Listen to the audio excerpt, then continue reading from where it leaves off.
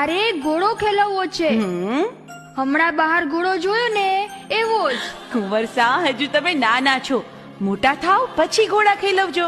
માં, ઘોડો નહીં લાવી દ્યો તો હું દૂધ તો શું અન્ન પણ નહીં લઉં. માં, રામદેવ તો સાચે જ રિસાઈ ગયા છે.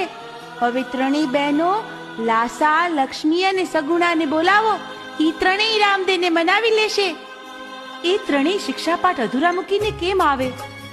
માં, મેં ગરુડજીને વચન આપ્યું છે કે તેઓ મારી સાથે લીલુડા ઘોડા સ્વરૂપે રહેશે. ગરુડજી મૂંઝાય છે. મને લીલુડો ઘોડો મંગવાઈ દ્યો ને માં. કુંવરસા, તમારી વાતો મને સમજાતી નથી. સમજાય એમ બોલો ને.